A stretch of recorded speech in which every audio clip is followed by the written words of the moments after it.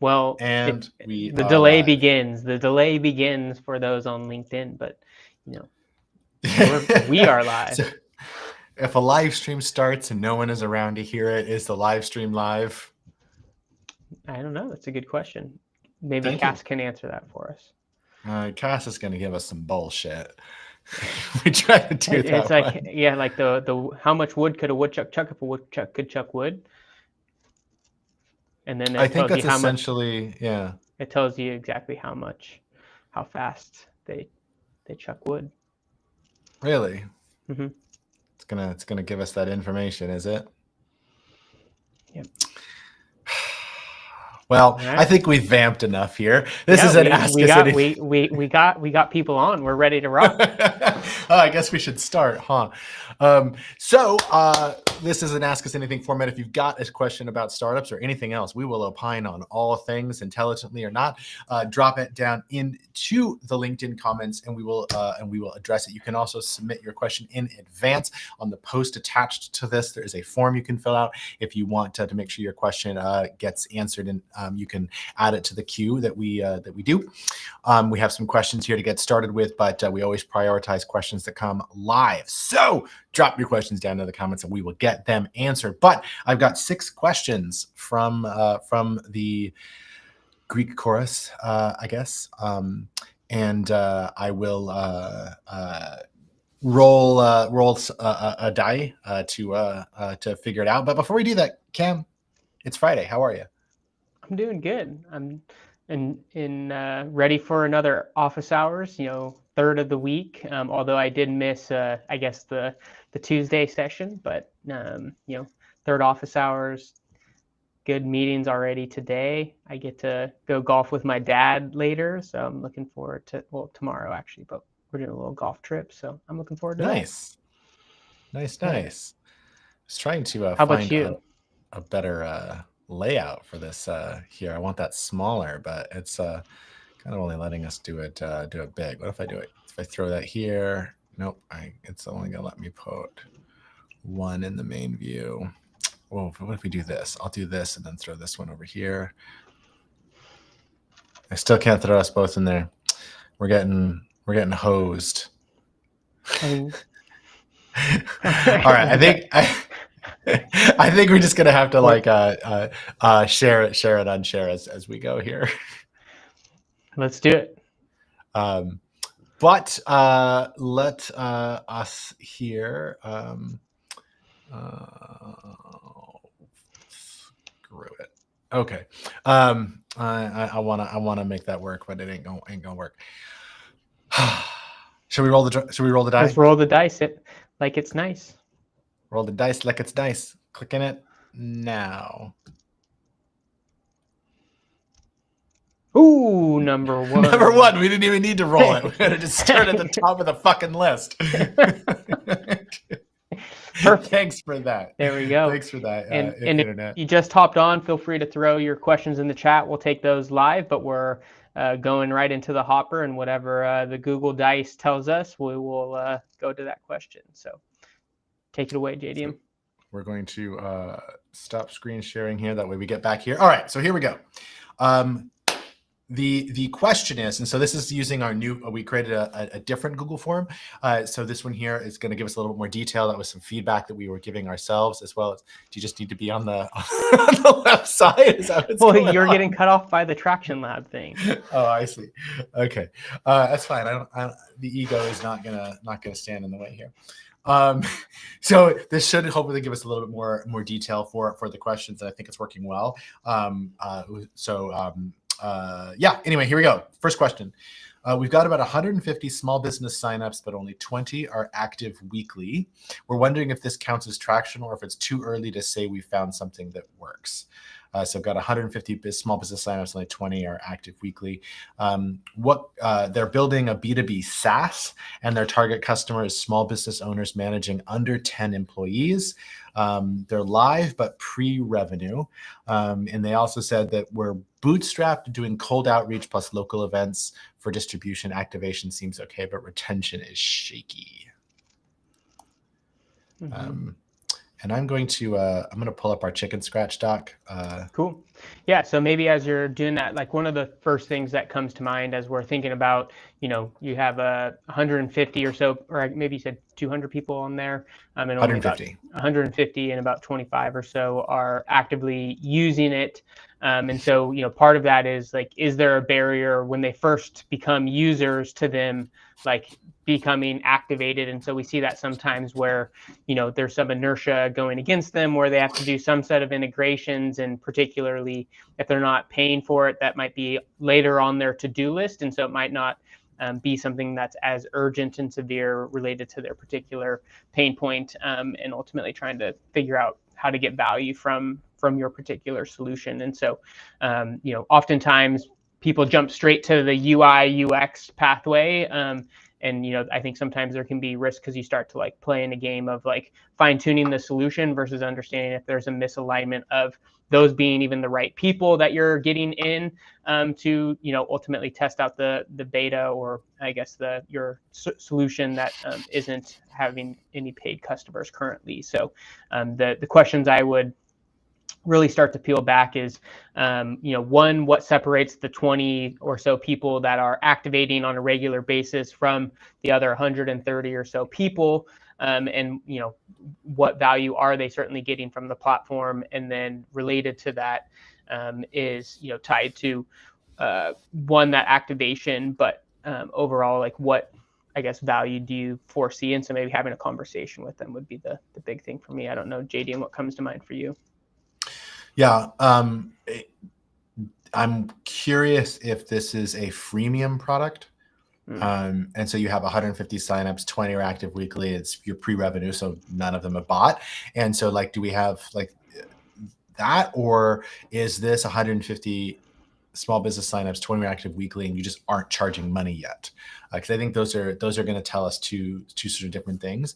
But I'm curious where the money's going to play here. And if it's, the question was like, does this count as traction, or is it too early to say we found something that works? Well, works is going to have to include money, and you have none. So no, it's not working yet. But I don't know why, because I don't know if you're trying to charge and they're not paying, or if you're not even trying to charge and we're just not getting valuable data back. 150 signed up, but only 20 are active weekly. After how long? So did they drop immediately? And so then like, everything Cameron said was important and interesting, or did they drop off a month later? That tells us something else. So we gotta like use the data that we have to form an hypothesis that we can then design an experiment around. And so if we think that they are, like activation seems okay, but retention is shaky. So I'll make a few assumptions so that I can answer the question in a specific way that'll kind of point you in the right direction. It'll be wrong, but you can turn it into something that's right. So they go and sign up, and this 150 businesses sign up. They did something initially to get activations. They started getting value out of it, but then they didn't stay around. And so they did something to get value out of it, but it also didn't stay. That seems to me like they're just not getting the value that they were promised out of it. That would be where my mind would go with that. And so I'd say, what is the value that we promised them, and why are we not delivering on that? What's our hypothesis around that? I ultimately agree with Cameron that like conversations are going to be what's actually going to get you some data around this. But I would start to try to like narrow in, like I did, on this is what I think the problem is, that they're just not getting the value we promised them. So then let's go back and talk to them. What was the value that they thought that they were getting, and what was the value they actually got at the end of the day? Yep. But it's probably not a technology thing because they activated. Right. I like it. Cool. Yeah, cool. Do we have any questions live in the chat? No. We do have some friends though. Yeah. Got some friends to say hi to here while doing that. Yes, I met Fadi earlier this week, so glad he's hopping on. And then we have Franklin, who's a frequent flyer with us. So I think he's wrapping up the Traction Lab office hours miles. Should we do like a punch card? So like as you show up eventually, when you fill up your Traction Lab punch card, you get something from us. Yeah, exactly. We should. We should actually, you know what? Here's how we're going to do it. We're going to create an app, and we're gonna show a QR code every time, and then anybody who joins is gonna scan the QR code, and then we're gonna track that for points on the back end. I know a good developer. You ready? Should we just pay for it? Should we just do Let's it? do it. Let's invest. How Let's much are invest. you willing to pay? I think at least this is worth at least, I don't know, $50K and 6 months of my life. Yes, I agree. That was a little parable there for those of you who weren't familiar with what was happening. It's a little parable. But let's bring our friend, the randomizer, back to the stage. And Mr. Google, roll the die.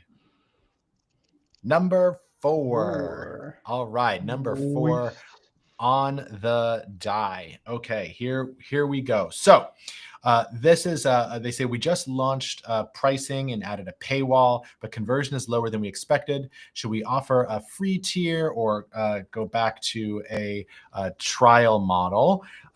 It's an AI machine learning tool. They're targeting content marketers and SEO freelancers. Their product is live, but pre-revenue. They were getting decent weekly actives before the paywall went up. Now we're seeing drop off right at the pricing screen. Oh, that's a fun little hint right there at the end. You want to kick us off?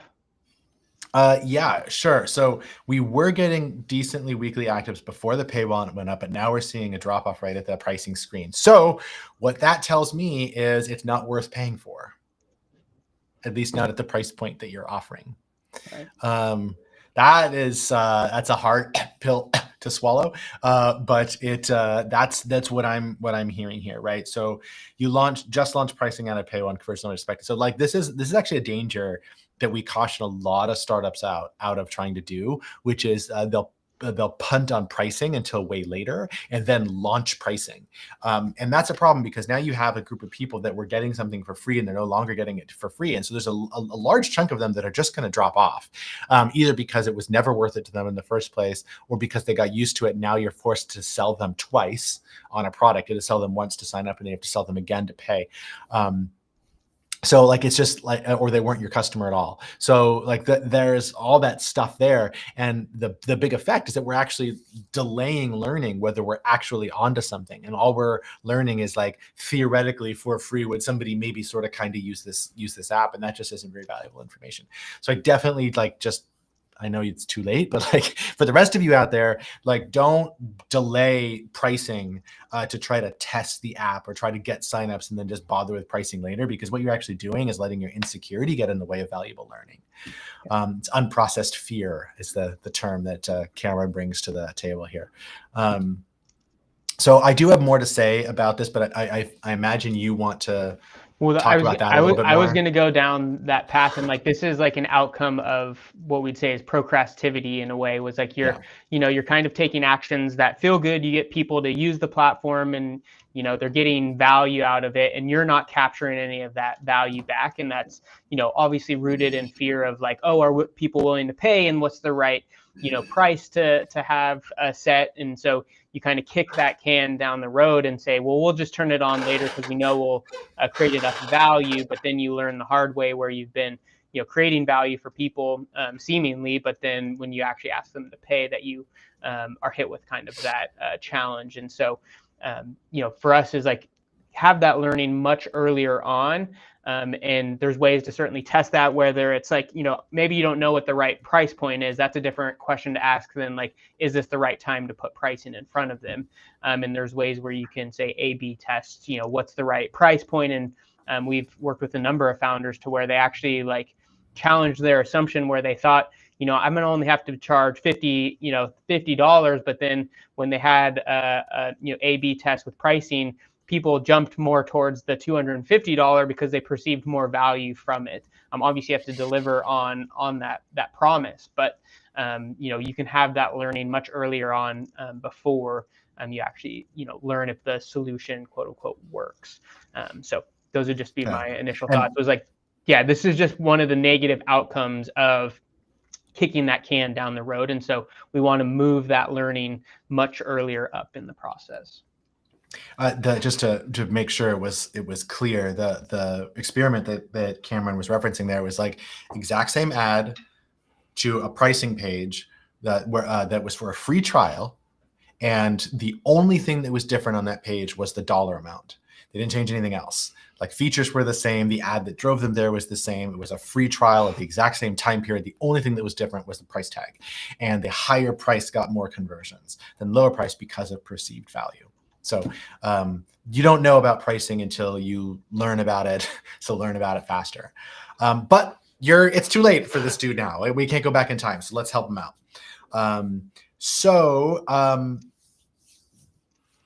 I guess like the question is, should we offer a free trial or go back to a trial model? No, neither of those things are true, because like if you go back to a free tier, but why though? Then you're just going back to like bleeding cash. And I don't know why we would do that unless we have an hypothesis about a premium tier that's even bigger than this one, in which case I wouldn't kick them back to a free tier. I would try to figure out, is that premium tier something that they're going to buy? And if they are, then we can rejigger all of our pricing, and then maybe we need a free tier, maybe we don't, maybe we can drop the price on the lower end tier so that we can have the higher end tier. Like there's a lot of stuff we could experiment with, but we at least would need to validate that that's the thing. And then the trial model, no, like why in the world would you do that? Like you're not getting any value out of that. You're just bleeding cash. So definitely don't do those. What you want to do is talk to customers and find out why they churned. Right. And so like this is going to be like literal actual conversations. Don't send surveys. Actually reach out as the founder of the company. Say, hey, notice that notice that you left. I'd love to hear about your experience. Why? If you'll hop on a quick 15-minute call for me, where I just to hear about your experience and how this has gone for you, then I'll give you 3 months free. Well, I mean, yeah, basically because why not? Because we're actually getting value out of it at that point. So like we can pay for it. And then usually with SaaS, like the extra user isn't going to cost, like that's not going to hurt us, right? Because we're not doing it at scale. You're going to get a really low opt-in rate for something like that. And you're going to find out really fast actually too, whether or not you're offering enough value to even warrant a 15-minute call, because you might not be. It might not be worth a 15-minute call for them, the value that you were creating. So, love it. Yeah, that's that. Cool. All right, just gonna check the chat here and see if we got some activity. Let's see. Oh, Franklin wants to know if our attendance app is going to have AI, which is a silly question. It will obviously have AI. Holding's going to be powered by AI. It's just going to be a ChatGPT API behind the scenes, though. We're just going to use what already exists there.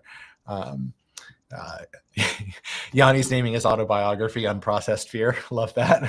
That's awesome. It's really cool. Awesome. And let's see. I see you replying to a comment, but the comment I actually can't see. Oh, it's just that we both got a message from Scott. He sent like in our chat not in the thread here, but in our LinkedIn DMs, for lack of a better term. Oh, our in-mail? Yeah, there you go. You got it in our in-mail? All right, it's time for another roll of the dice here. We got a couple more questions. If you guys got questions live, drop it down into the chat. Otherwise, we've got a few more questions that we can do from the grab bag. Let's see, we got number 1 down. Number 4 is down. What are we going to deliver us now? Number 4 again, re-roll. Number 1, re-roll. Number 1, re-roll. What the fuck? This is not working out. 2. Wow. 2. I think we're going to need to go to a bingo style drum, because this is going to create some problems for us very, very soon. I should actually just honestly chuck these at like ChatGPT and just tell it, hey, randomize the order for me. It doesn't really need to be done in real time, but what is a boy to do? So we're running into the issue that every health system wants our platform to integrate with a different EHR. Boy, have we heard that story before. Should we invest in building integrations now, or should we wait until the contract is firm? As if it wasn't obvious, they're a health tech, med tech company. Their clinical operations team is what they're targeting, medium to large health systems. They're an early revenue with some pilot customers. They've got 2 active pilots and verbal interest from a third. The dev team is small, so we can't build all the integrations at once.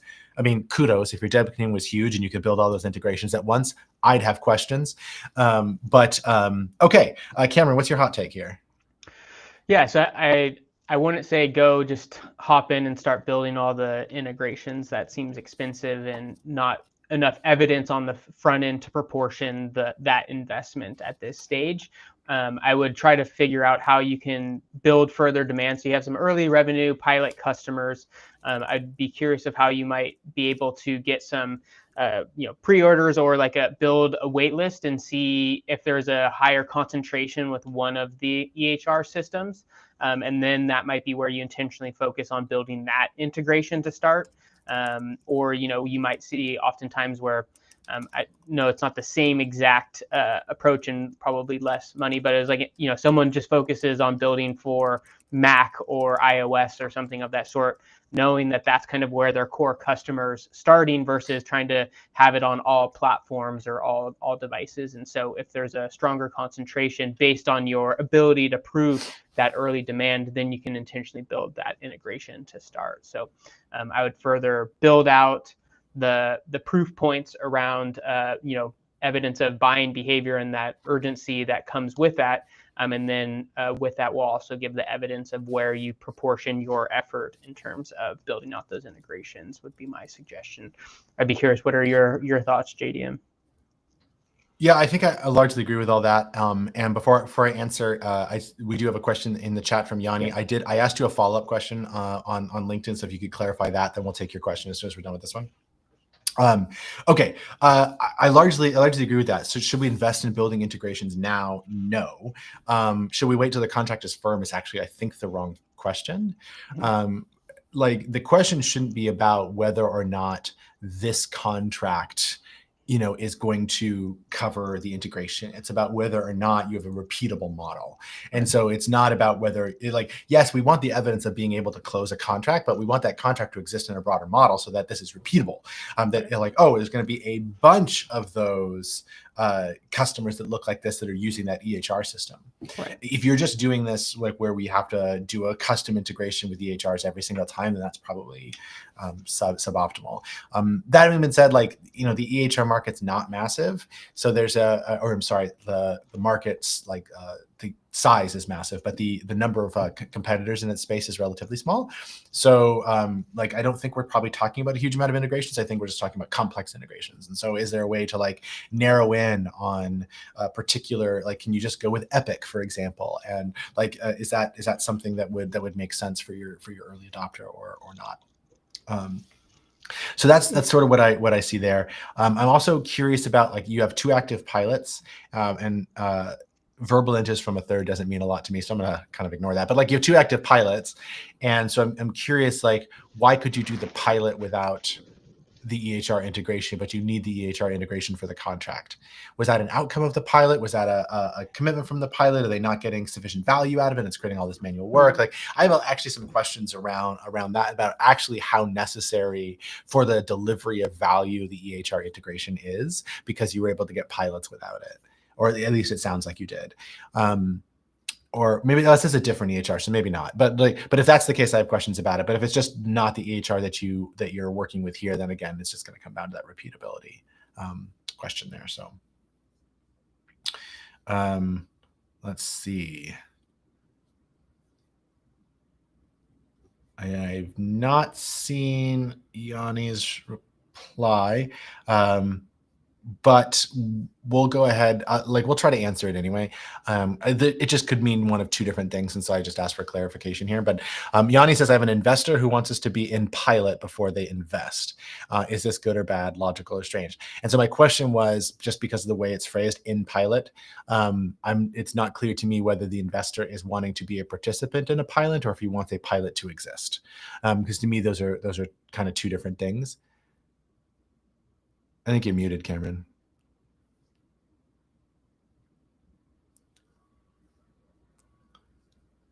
Cameron's going to struggle with the mute button there for a minute. We will mock him ruthlessly. It's just showing you as muted. There, I unmuted you.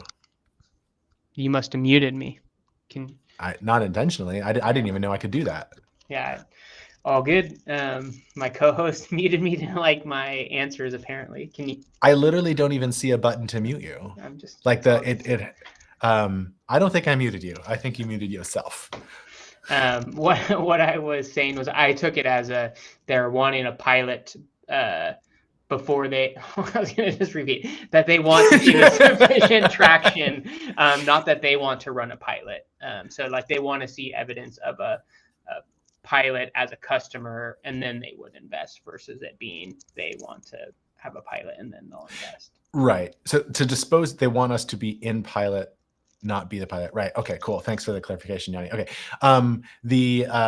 All right. So cool. And happy Friday to you, Philip. Welcome for joining us here. That's awesome. All right. Okay. So in the case that they want you to be in pilot before they invest, so like two things I have to say, right? So one is never make a decision because an investor is telling you to. Like it's N of one, and you end up chasing dollars and not chasing a scalable business. So like that's it. Don't do it just because that's something that some investor is saying. The second thing that I want to say is that what they're telling you is not that they want a pilot. That's what they're saying here, but what they're actually saying is how Cameron translated it in real time there, which is they want to see more traction. And so that's they're saying that they want to hear more traction. So what they're telling you is no. And I want to be really clear about that. That investor told you no, move on, right? Like, yes, you want to pursue traction. You're going to go after the traction, however that makes sense, whether that's for a pilot or otherwise. I'm happy to talk about that more. But this investor told you no. So don't like keep trying to chase that deal. Put them in your investor updates, move on. If you eventually get to where that's a good fit, great. But they told you no. Right. Because like what you don't want to do is force a pilot that's not the right pilot just to prove traction, and then it doesn't actually get you the investment and it's not repeatable going forward. So you're not actually proving the theory of your startup by necessarily just getting the one pilot. It's what is that process of closing, like, pilots on a repeatable basis that then would ultimately translate into that scale. That don't just chase the dollars in terms of what the investor's saying, and oftentimes they couch those pieces of feedback or things to go do, so it lessens the blow of no, I'm not interested. Here's what I'm thinking about, and again, also it might be the stage of investor, right? You go get the pilot, they come back and say, oh, well, we want it to be a paid pilot. And then you go convert it to be a paid pilot, or we want to see 10 paid pilots, right? And so it's like, they might just continue to move that yardstick because they invest at a later stage where they really are expecting you to be at a, say, X ARR, and they want to see this repeatability. And so they're just going to continue to move that yardstick. And so then you're actually just, Did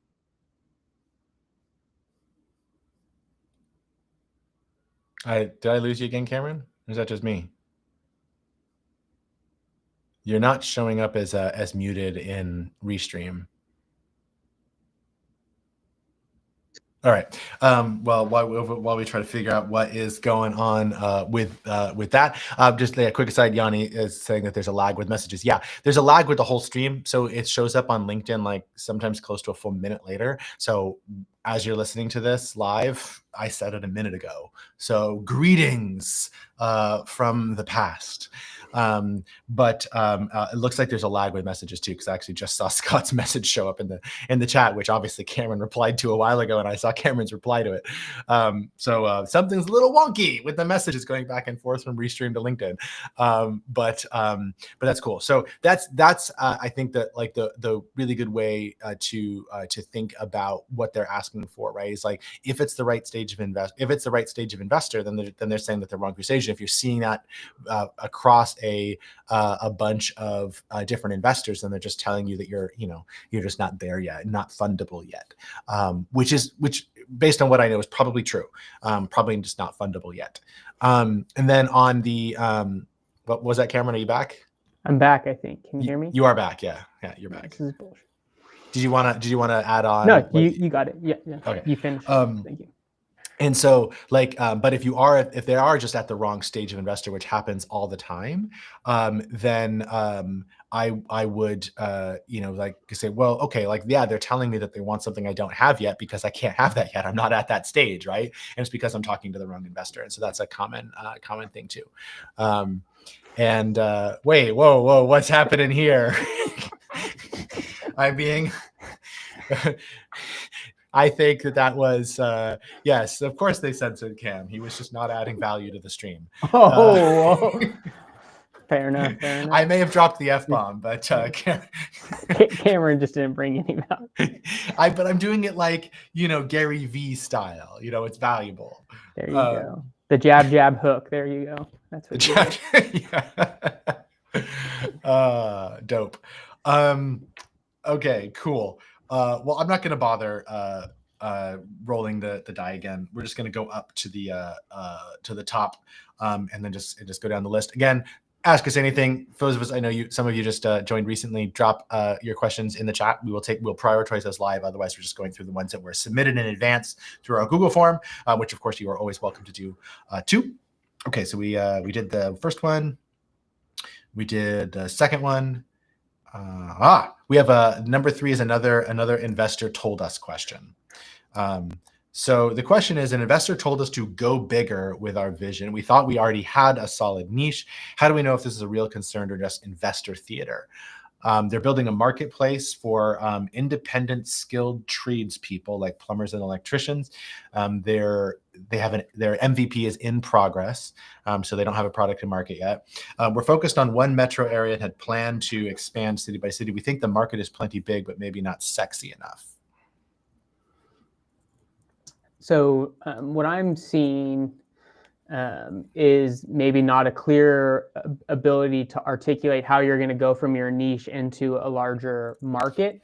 And so maybe they're couching that feedback as go bigger with your vision, which kind of says like think bigger versus we want to understand what your pathway is to being a more scalable venture going forward. But, how do we know if this is real concern or just investor theater? So I think part of it is being able to read people. If it's like, oh, we want to see a bigger vision statement or something like that, then like maybe that's more of the theater versus it being understanding of like how are you actually going from this niche, which is kind of your basically your target market as you're going to then grow into other segments and opportunities to be a more venture backable scalable company. So that would be how I'd look at that. And that's maybe your more sophisticated investor that's trying to see how are they going to return their money back in terms of, playing the game of VC or angel investing.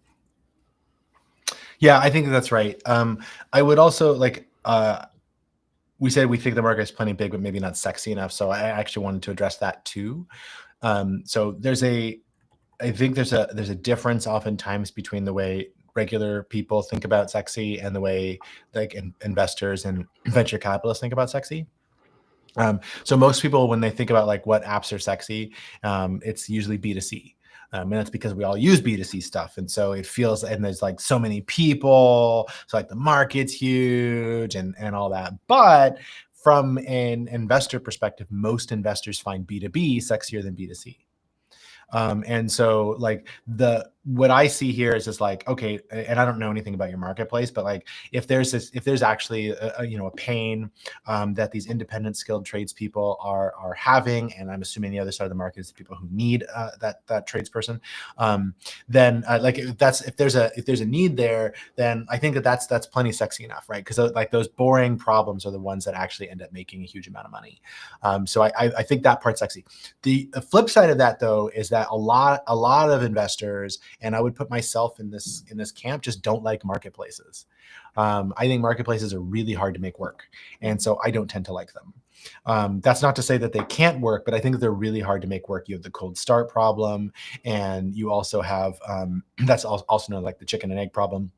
And so you have to go about like creatively side seeding to get to liquidity, and like the scaling them can often be really, really difficult. It's often even difficult to get from cold start, even with like a small geographic liquidity, to the larger one, right? So like in your case here, where you have like, oh, we're going to start in this small, geographic area, which is perfectly reasonable, right? And then say we're going to expand city by city. And so what I hear from that is that like we're then going to have to go to a cold start problem in every single new city we go to. And so is there a repeatable path to that kind of growth and scale? And there often is, but it's harder to make work. It can be expensive, and what works in one city isn't necessarily going to work in another. And so for all those reasons, like it might be the not sexy part could just simply be that marketplaces are actually hard to raise money for. So I just kind of wanted to throw that out there as well. Otherwise, I think Cameron answered the question as well as could be answered. So maybe that's why I wasn't muted. You didn't get muted that time. That's right. the AI overlord is like, no, this tracks. Yeah. This tracks.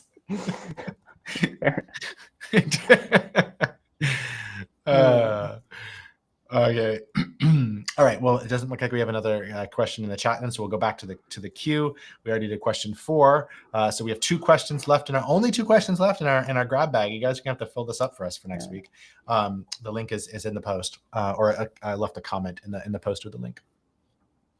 All right, so we're trying to figure out whether our early customer interviews count as traction. Everyone's been excited, but no one's committed to a pilot yet. And so this is a deep tech hardware play for municipal infrastructure teams and public safety agencies. They're at the idea stage. They don't have a product yet. They've had 6 exploratory calls with city agencies and got really good reactions, but they're not sure if it's real interest or just polite support. Man, we've seen this in the real world a few times. Yeah, I mean, I think the first thing that comes to mind, I don't know if it's the right way to even answer this, but like, I think there seems like a lack of understanding of how these municipal and public safety agencies even make decisions to like purchase things. Like, it's not just an overnight, I go from an interview to like, yeah, we're doing it. There's usually a pretty strict process that they would have to go through to understand what that looks like. And so if you're asking that, the person who might get value to like commit in a certain way, not understanding what work they have to do on the back end to get that approval, whether that's paid or just even testing out technology. They likely have to go to their IT procurement and all of these things. And so is there a lighter lift in proving out that demand? So like letters of intent or something of that sort to like get a different level of commitment, still a signal, but something that might then broach the conversation to then understand more about the sales process. Additionally, maybe in those customer interviews, I'd be curious if that this founder, if you learned a little bit about how decisions are made, and then how does that actually go through like a procurement process, particularly through municipalities and these public safety agencies. So it just seems like a little naivety around that process versus going from interviews to pilots. But that's where my mind went. So. I think that's really good insight, I think. Let me see if I can take it in a different direction for interest's sake here. So I guess there's 2 things going on. So one, the literal question was, like we're trying to figure out whether early customer interviews count as traction. And the answer is yes, like they do, but it's not very convincing, right? And so, because this traction comes in degrees and strengths. Well, I think it's partly like, what was the assumption you validated in those customer interviews? Was it around the problem? Was it around like that they are your customer? And like, what was the assumption going in that was validated? And how did you validate that with data? Well, I think that they told us they were looking for excitement, and people were excited. So vibes. Perfect. Perfect. Just like our app with the QR code for tracking. That's right. We got some good feedback in the chat. So we did. Yeah, our customers told us to add AI, and exactly. I'm pretty sure if Franklin was just telling us if we add AI, he's in. So obviously we need to build it. So like to kind of like give retroactive feedback, which I know is like in Monday morning quarterback, this thing is not, which is not super helpful, but like for everybody else out there or for future reference, like you don't just do custom interviews just to do custom interviews. You're trying to learn something specific, even though it's qualitative, right? So we're not trying to say what % of people think X, like that's not what we're after here, but we are trying to figure out, what are the problems that they have? Like what's the highest priority pain that they have? How are they trying to solve that now? We're still trying to learn those things. And so when you did these customer interviews, what were you trying to learn and what did you learn from that? And so it sounds like everybody's excited. They were excited about a solution, but not committing to a pilot, that I'm saying that probably weren't that excited about a solution. And so like, what were they excited about? I think is my question, or were they just being polite? Which I guess you did say that maybe they're just being polite. They're probably just being polite, or to Cameron's point, maybe it's just the procurement process is just not been factored into this, and you have to go back and do customer interviews about the procurement process. Why aren't they committing to a pilot? So I think that's largely what I have to say about, and that's all I have to say about that. All right. Do we only have one left? Come on, y'all, in the throw those questions in the chat. So we want to hear what you have live. So we are excited to have all of you on, but we got one more in the hopper. So happy to take that, but would love to hear if there's any questions. And so hopefully this filibuster gives enough time on the delay for us to get it, but let's go. Okay. All right. We've got a steady stream of users through TikTok, but engagement drops off after the first session. Is this a content issue or a product issue? So this is a B2C mobile app. They're targeting college-aged women looking for self-care and productivity tools. Their product is live, but they're pre-revenue. They say, we've grown our TikTok to about 10,000 followers and drive 30 to 50 installs per day. Retention on day one is under 25%. This actually feels similar to the one we answered earlier about the B2B app. Take it and I'll see if I need to add anything. Yeah, so we've grown our TikTok to 10,000 followers. Is that good? I'm not saying that as someone ignorant about TikTok, right? I'm saying like against like, what is our benchmark? Is that good? How long did that take? How repeatable is that? Like how large, like, is that good? And what does that actually mean for repeatable engine of growth that you have 10,000 TikTok followers? You don't want to put that under the category of like a vanity metric, like you just happen to have these followers. Right. Well, and just tying that really to, you've been really specific to your target customer of college-age women looking for self-care and productivity tools. And so how many of those 10,000 are even close to that persona? Or is it, something totally different? And now you might have a great number of followers, but that's not like tied to you actually converting them to customers. Totally. And then continuing with this same line of thought, we drive 30 to 50 installs per day. Is that good? I don't know, right? And so like, and I don't know the mechanism of that. Is that organic? Are you doing that through ads? Are you doing that through the shop? Is this like, I don't know where that's coming from. Is it just all link in bio?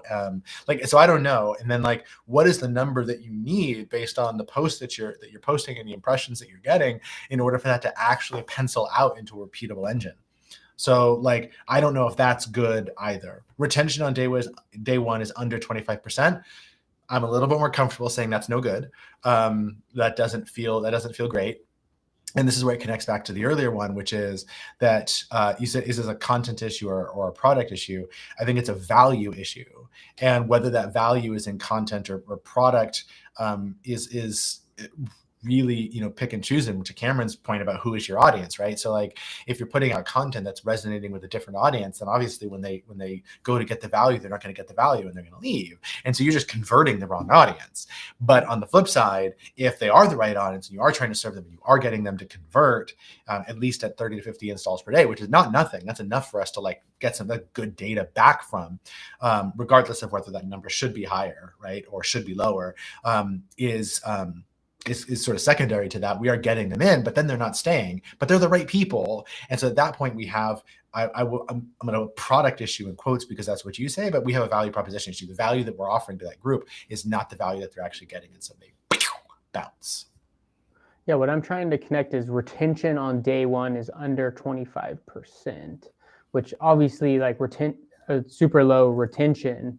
But are they equating retention and like activation? because it's like maybe they're not they're downloading the install and they're not engaging in it on day one, and so they're seeing that not as a retention issue versus them. There's some barrier of them like even engaging in the tool itself. So that's kind of what came to mind, was a connection between those two different levers. I didn't catch that, and you're right. There's I don't know what that means, but I think it makes a big difference, right? Mm-hmm. Their question was engagement drops off after the first session, so I'm going to guess that they actually mean retention, and that the activation was the first session, and that they were expecting a second session. But since it says on day one and not after day one, like, are you expecting multiple sessions per day? And is this like, is the first session, are they like, maybe I'm misinterpreting this, but is this like session that like opening the app and like it's literally just an app session, like the technical word that we would use for that? And so like they opened the app and then never opened it again? Is that, and if so, like opening the app doesn't even count as activation, right? And so like, what did they do once they opened the app? Did they engage with something in there? Did they engage with it shallowly or deeply and substantively? Like what happened? And there's a lot of analytic stuff that I think we would need to surface here to kind of tease that out. Yeah. But you're right to pull on that thread, Cameron. That was, I didn't catch that. So good catch. Thank you. Well, thanks for keeping me off mute, because I wouldn't have been able to bring in that insightful information. In all fairness, like, even if I accidentally muted you the first time, which I don't even know how to do, there's literally not a mute button for you. There's a mute button for me, but there's no mute button for you. Like, even if I did it the second time, was definitely not me. That was on your hardware. So what's more likely here, that you fucked up in two different ways, or that I screwed you once and you fucked up once? Yeah. Well, I could mute you. How do you do that? How do you mute me? Where is that? Is that a button you have somewhere? Just under our audio, like where our little names are in the top, like the little pictures. You can. Oh, okay. Yes, got it. Yes, I could. That does. It takes a little effort to get to. It's not like on your video or anything. But I'm sure our audience is not that interested in our restream troubles. Yeah. Although this is our second block of restream troubles on office hours this week. All right. Well, let's see. Throw those comment questions in the chat. Would love to see if we could take one more live one. If not, maybe I'll buy us some time here. But here's a link to the NorCal AngelCon. So applications are live for NorCal AngelCon, which is an awesome opportunity to compete for $100K in capital, which is a mix of equity investment and non-dilutive capital. The process is applications are open through August 1st. A set of semifinalists are accepted, and you get accepted into an investment readiness program.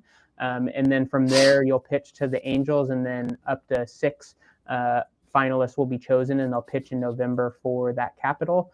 And there'll be a process of due diligence prior to the pitch. But you get some support in getting an investor ready. So yeah, definitely check it out. Awesome. And then while we're on that, GrowTech Fest in Chico is coming up in not until November, but they have their startup stories panel that they do every time, where startups can come on stage and pitch to 150, 200 people in the entrepreneurship space, including there's a bunch of investors at the investor table and stuff like that. The applications are open for that, and they're due at the end of August. So I'll drop a link into the chat for that as well. And if you have any questions, you can go ahead and hit me up, and I can connect you with the team that organizes that, which is the Chico Start, our cool friends at Chico Start. But I'll drop that link in the chat here. And then let's see, I think that's all I've got there.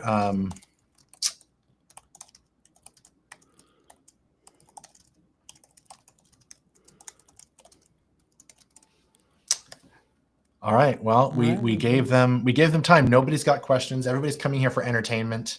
Nobody wants to help us out with the heavy lifting here. It's all about getting user-generated content, and we're not getting it, probably because we don't have that app up and running. We just haven't quite activated you all. So we get the retention though. Keep coming back. Then we'll go ahead and wrap it up. And if we get a question by the time we finish our wrap up, we'll go ahead and take it. So, thanks everybody for joining.